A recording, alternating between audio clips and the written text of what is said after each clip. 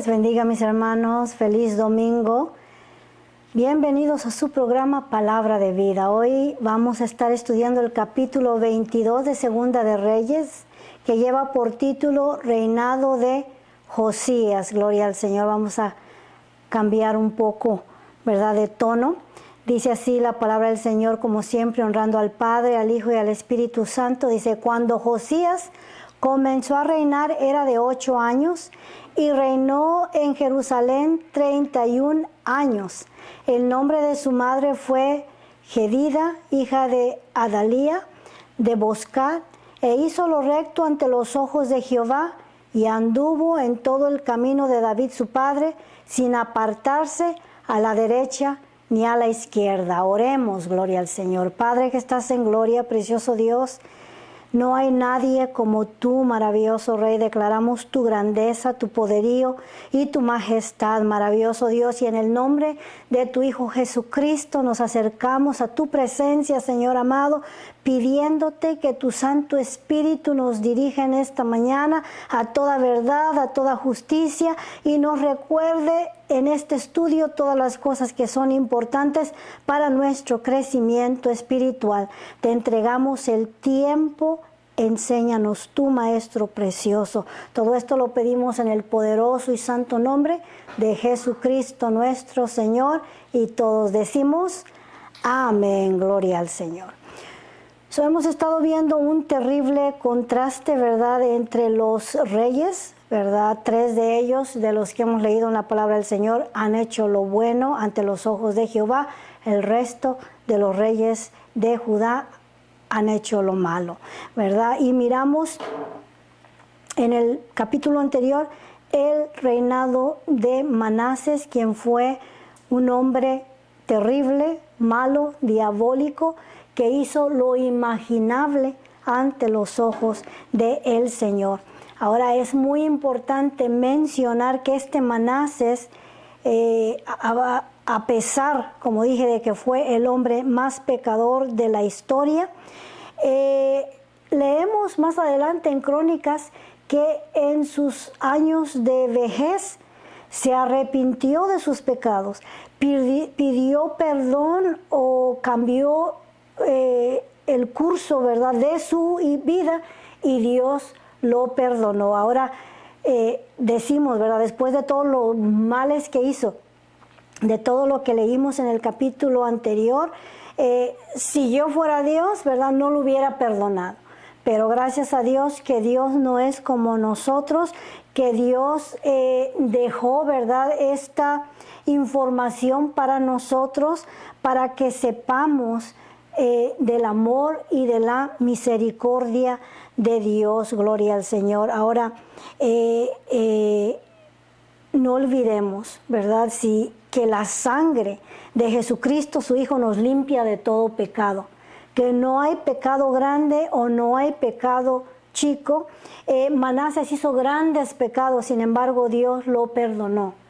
Así es que si hubiera a alguien, ¿verdad?, que se ha metido en problemas en su vida y que cree que ya no hay vuelta atrás, o que ha hecho tantas cosas malas que no puede encontrar el perdón de Dios, está equivocado.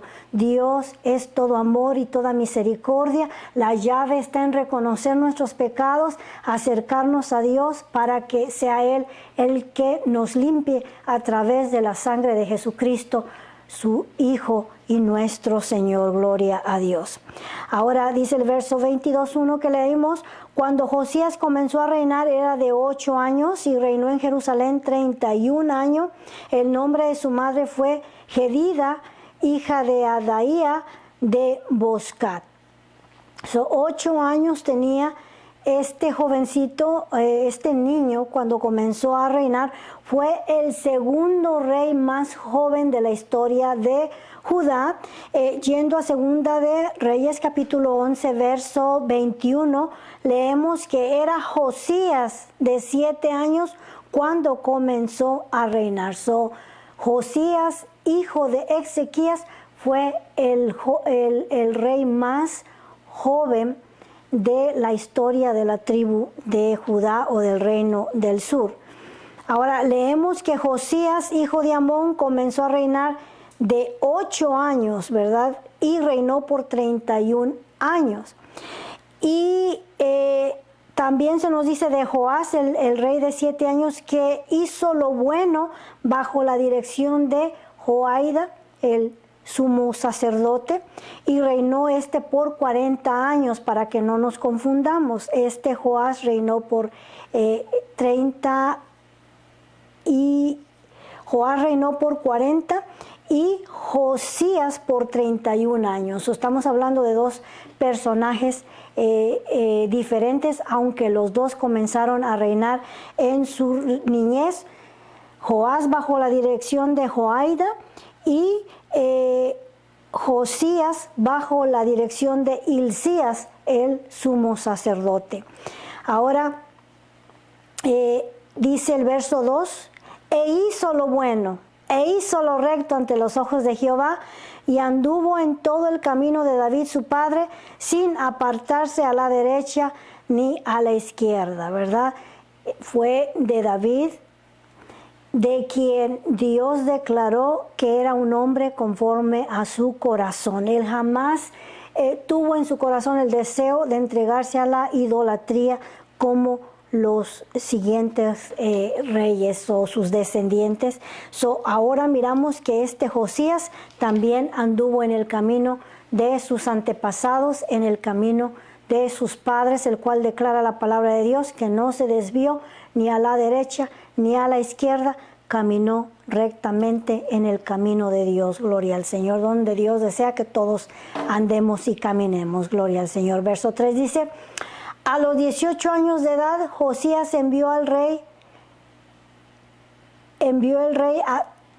a los 18 años del rey Josías, envió el rey a Safán, hijo de Azalía, hijo de Masulum, escriba a la casa de Jehová, diciendo, ve al sumo sacerdote Hilcías y dile que recoja el dinero que han traído a la casa de Jehová, que han recogido del pueblo los guardianes de las puertas, y que lo pongan en la mano de los que hacen la obra, que tienen a su cargo el arreglo de la casa de Jehová, y que lo entreguen a los que hacen la obra de la casa de Jehová para reparar las grietas de la casa, a los carpinteros, maestros y albañiles, para comprar madera y piedra de cantera para reparar la casa, y que no se les tome cuenta del dinero cuyo manejo se les confiare, porque ellos proceden con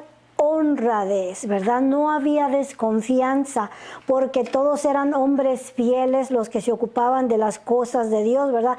No se necesitaba la agencia Dodge para encontrar el dinero malgastado, o no había quien cometiera fraude. Ahora, dinero, el cual la gente dejaba en la entrada de la puerta del templo, era para reparar el templo de Dios, ¿verdad? Por 57 años que Manases, ¿verdad?, que reinó por 55, y su hijo Amón por 2, quiere decir que por 57 años el templo estuvo descuidado, no hubo ningún tipo de inversión en las reparaciones del templo, por lo contrario, ¿verdad?, se convirtió en cueva de idólatras, ¿verdad?, que entraban ahí a adorar a sus deidades paganas.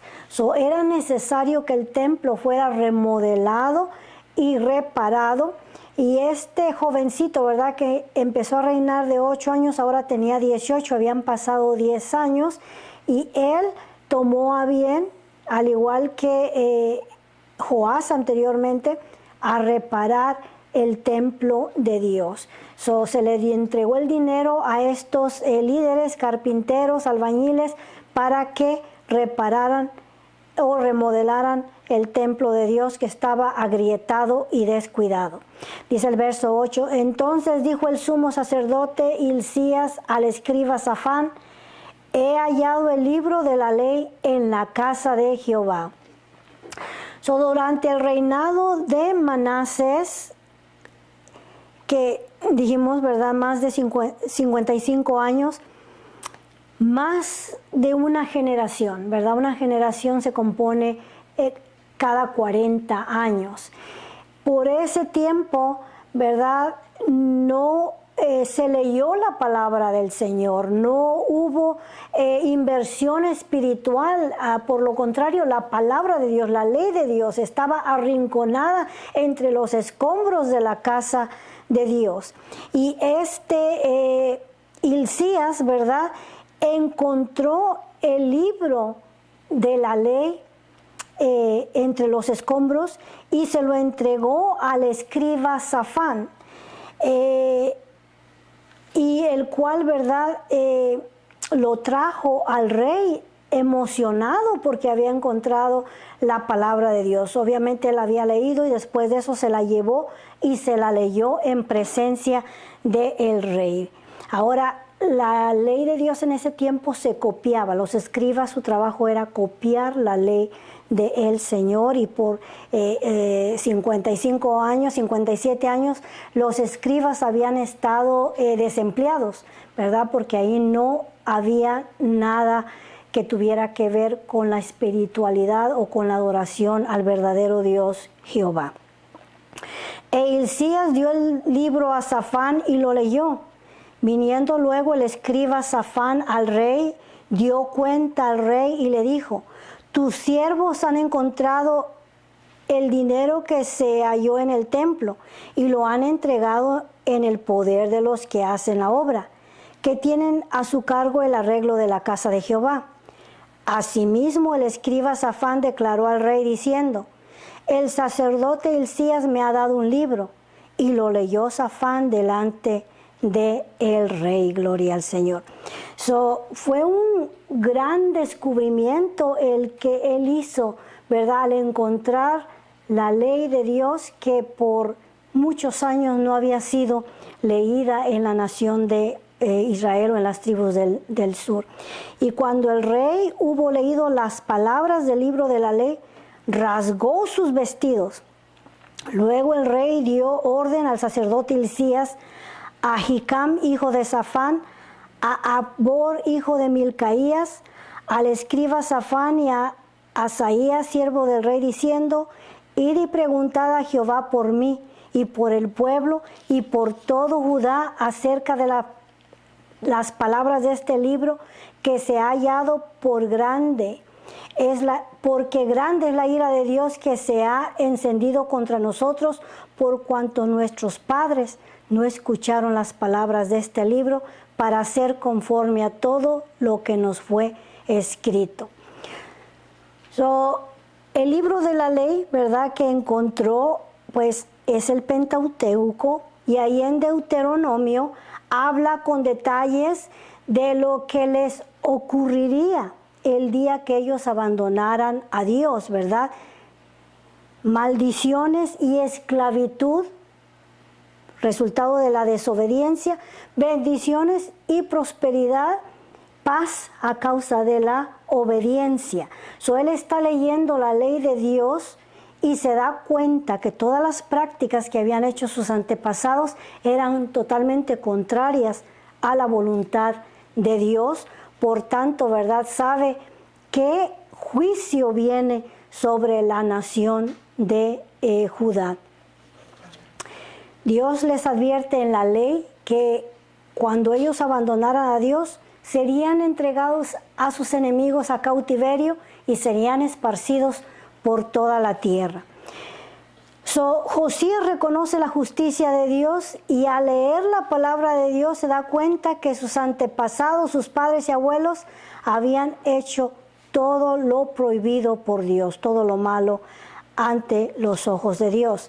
Ahora, la palabra de Dios era una profecía, se cumple, es una sentencia de parte de Dios, y Él lo entiende y lo reconoce.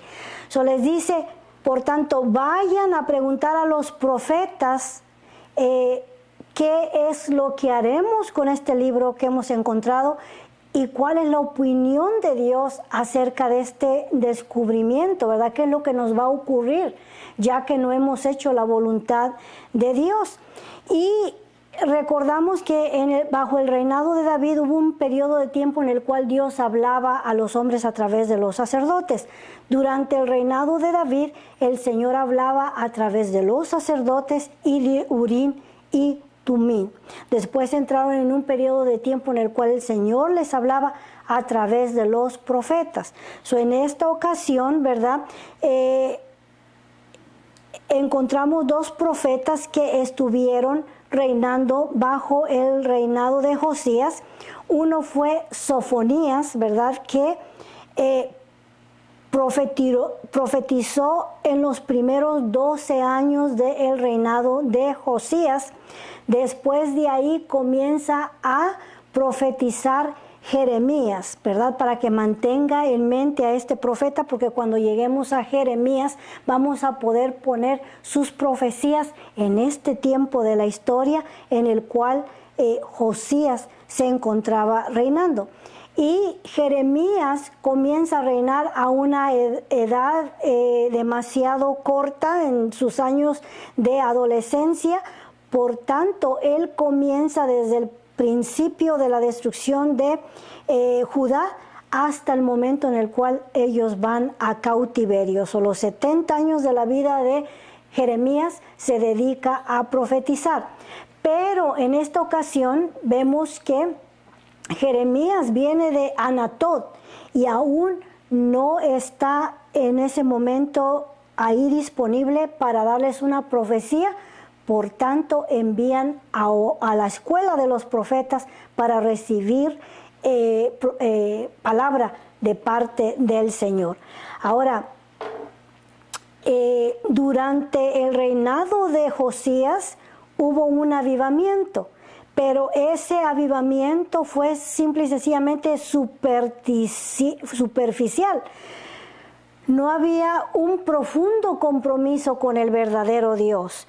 No había arrepentimiento, o sea, les dio gusto en verdad que hubieran abierto la casa de Dios, pero en realidad se convirtió en una reunión social. A la gente le daba gusto ir al templo y reunirse y socializar y platicar, pero era un avivamiento superficial. Su corazón todavía estaba en los ídolos y en las prácticas que sus antepasados les habían permitido practicar, ¿verdad? Más adelante, en este tiempo fue que el Señor envía a Jeremías a profetizarle a esta gente. Le dice, párate afuera de la puerta del templo y profetízales a esta gente que de labios me honra, pero su corazón está lejos. Jeremías capítulo 7, verso 3 dice, así ha dicho Jehová de los ejércitos, Dios de Israel,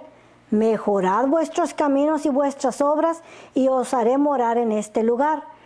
No fiéis en palabras de mentira, diciendo, templo de Jehová, templo de Jehová, templo de Jehová es este. No había en sí una convicción espiritual, o sea, creían que con asistir al templo, con ir a la casa de Jehová y decir, templo de Jehová, era suficiente para su salvación, cuando su corazón estaba en realidad lejos del Señor. Es este tiempo en el cual el Señor envía a Jeremías a profetizar, a decirles, mejoren sus caminos, ya que vienen tiempos difíciles para esta nación. Y cuando lleguemos a Jeremías vamos a mirar que no era simple y sencillamente la idolatría, que había otros comportamientos que la gente estaba haciendo en contra de sus hermanos, toda clase de mal. Ahora, conclusión de lo que ocurre ahí en este momento en Judá, había un avivamiento, pero era superficial. Josías, gloria al Señor, hizo lo mejor para traer a esta gente a la adoración al verdadero Dios, pero hay resistencia. De cualquier manera, la gente no está siendo sincera con el verdadero Dios. Envía a estos líderes a consultar a los profetas, ¿verdad? Y se cree que a este punto Sofonías ya había muerto. Por tanto, van y le preguntan a esta profetisa de nombre Hulda, ¿qué haremos acerca de esta ley de Dios que hemos encontrado? Dice el verso 14. Entonces fueron el sacerdote Hilcías y Ahicam, Acbor, Safán y Azarías a la profetisa Hulda, mujer de Salum, hijo de Tikva, hijo de Harnás, guarda de las vestiduras, la cual moraba en Jerusalén en la segunda parte de la ciudad, y hablaron con ella.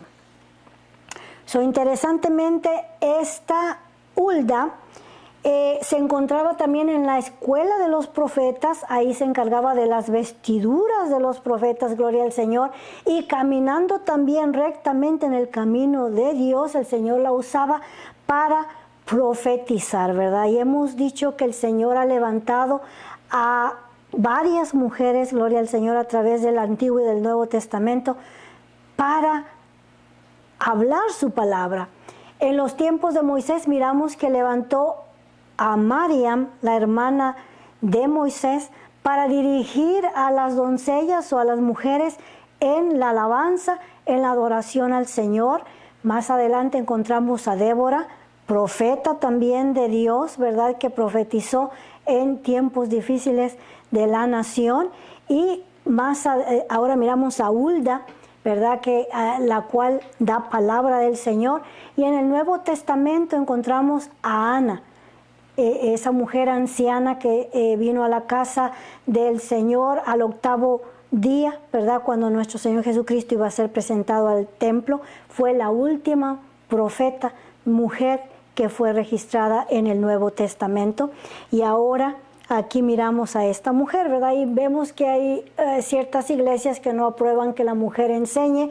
¿Qué hacemos con estos versos en los cuales miramos que Dios ha usado también a la mujer, ¿verdad? Y viendo el Nuevo Testamento nos dice la palabra del Señor que ya no hay judío, ni griego, esclavo, ni libre, mujer o hombre, sino que en Cristo todos somos uno, gloria al Señor, mientras tengamos el mismo deseo de que la palabra del Señor y el Evangelio corra y llegue a los corazones.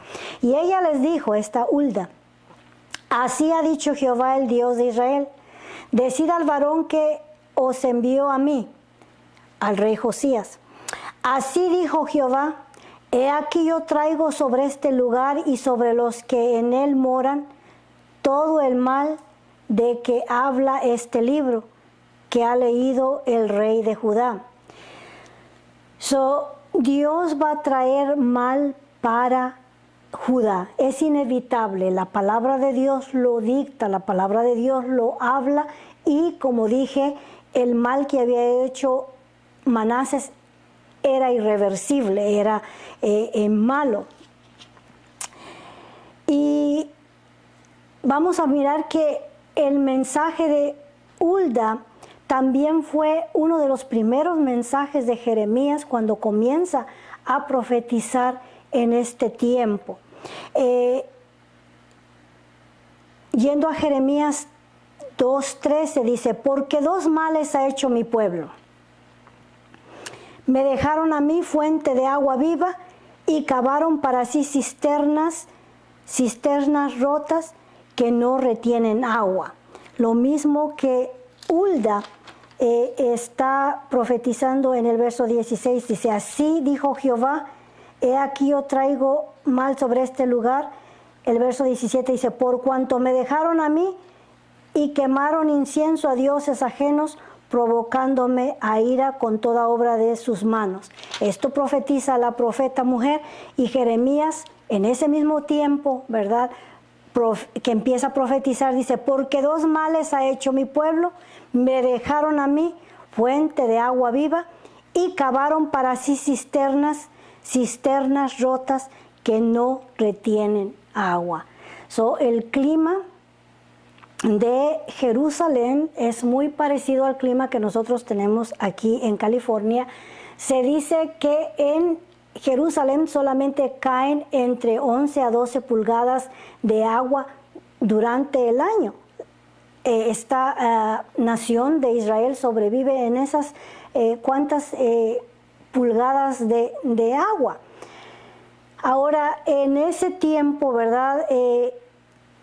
Israel era también desierto, por lo cual la gente cavaba cisternas, hacía en las montañas, en las peñas, grandes huecos a cincel. Esto duraba años en cavarse para así retener su agua y poder regar sus plantas durante la parte del año en la cual no recibían lluvia. Ahora, la gente dependía de estas cisternas, las cuales eran cavadas a mano para recolectar el agua.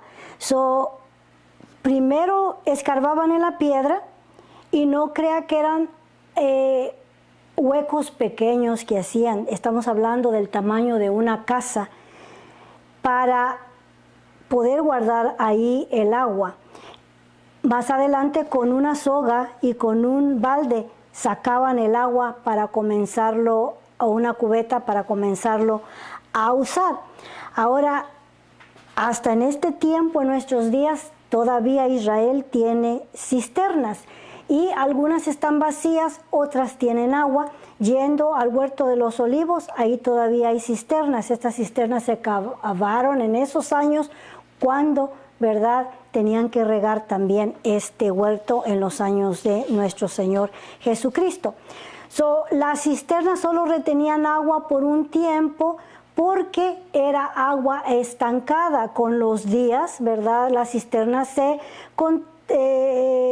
contaminaban y comenzaban a producir lo que conocemos como maromeros, ¿verdad?, ciertos gusanitos que crean también los mosquitos. Era algo temporal, y para hacer una cisterna duraban en excavación muchos años, y en ocasiones las cavaban sin saber que había una rajadura o un agujero en la peña, y el agua se les escapaba, o sea, de nada les servía. Las llenaban y el agua se trasminaba y el agua se perdía. Esto significaba trabajo en vano. Invertían mucho trabajo y mucho tiempo en algo que en realidad no servía. Ahora, también en Israel, en contraste, hay torrentes de agua viva. Había manantiales, había nacimientos de agua. Esto es lo que la Biblia le llama agua viva, gloria al Señor. El Señor está haciendo un contraste con el agua estancada de las cisternas a recibir agua viva. Las cisternas estancadas, el agua estancada, representa a las religiones que en realidad no pueden darte vida. Y si vas a una cisterna a beber agua, tampoco puedes saciar tu sed, porque es agua estancada, es agua que no sirve en realidad, solamente era para el riego, no era para beber. Está haciendo este contraste, ¿verdad? Dos males ha hecho mi pueblo. Me dejaron a mí la fuente de agua viva, y se hicieron religiones que no salvan y no pueden traer paz, ni seguridad, ni salvación a la vida de una persona. Sabemos que el hombre está diseñado para adorar, ¿verdad? Lo hemos dicho en muchas ocasiones, y si no adoramos al verdadero Dios, terminaremos adorando lo que no sirve, y esto pasó con la nación de Israel. Se fueron tras lo que no sirve, tras el agua estancada, en vez de buscar el agua viva, de la cual Dios promete saciar nuestra sed, gloria al Señor. Es un contraste, ¿verdad? El agua de la cisterna no puede saciar esa sed. Y Hulda lo primero que dijo fue: por cuanto me dejaron a mí y quemaron incienso a dioses ajenos. Provocaron al Dios de Israel, dice, provocándome a ira con toda la obra de sus manos. ¿Por qué? Porque los ídolos eran obras de sus manos, ¿verdad? Imágenes pervertidas en realidad, a las cuales se postraban, adoraban y quemaban incienso en vez de adorar al Dios verdadero y al Dios vivo. Dice, por cuanto me dejaron a mí, quemaron incienso a dioses ajenos, la obra de sus manos.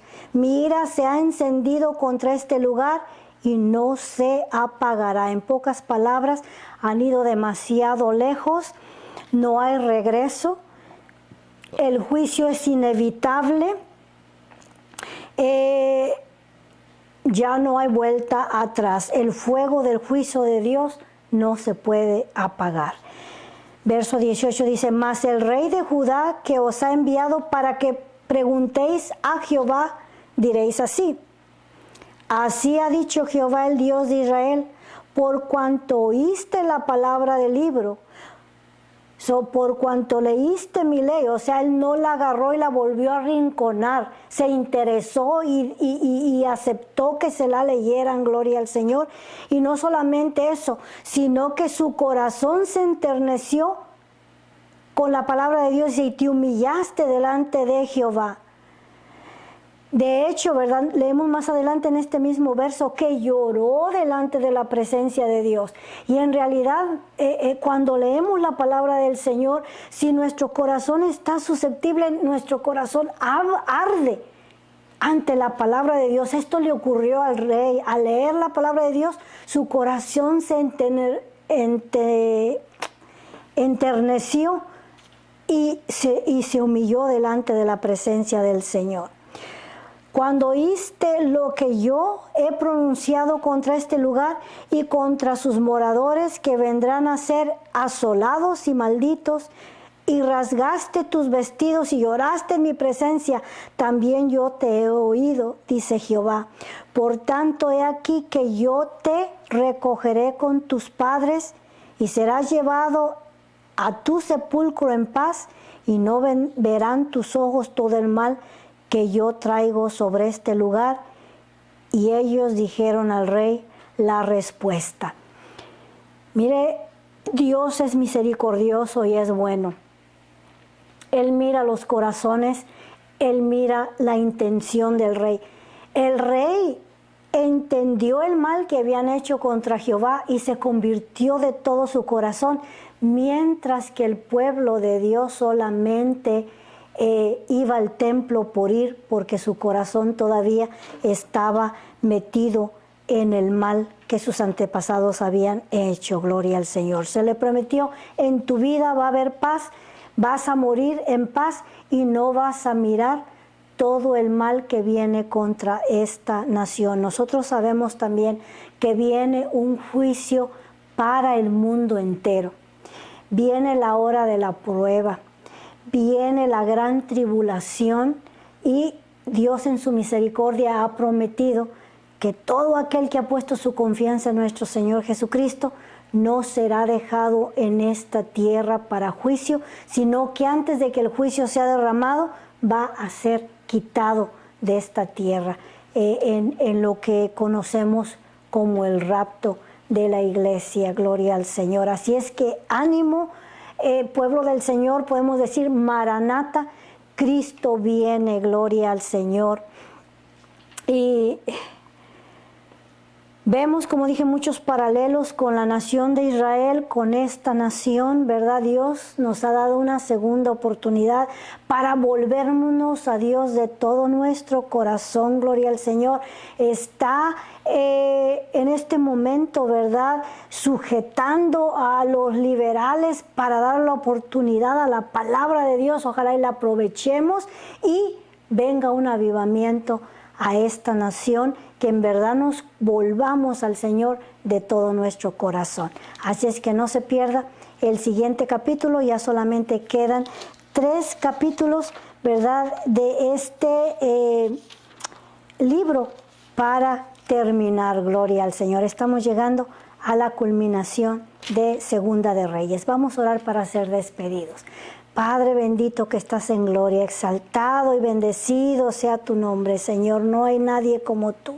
el único Dios verdadero, el que ha hecho los cielos y la tierra y todo lo que hay en ella. Aquí estamos una vez más agradecidísimos por tu palabra que es bendita, maravilloso Dios. Permita que estas palabras que hemos oído, Señor amado, también, Señor, enternezcan nuestro corazón como lo hiciste con el Rey, maravilloso Dios, que sintamos el deseo de abrir tu palabra y escuchar lo que tú tienes que hablarnos, precioso Dios. Son historias que muchas veces no escuchamos muy seguido, pero que traen bendición a nuestra vida.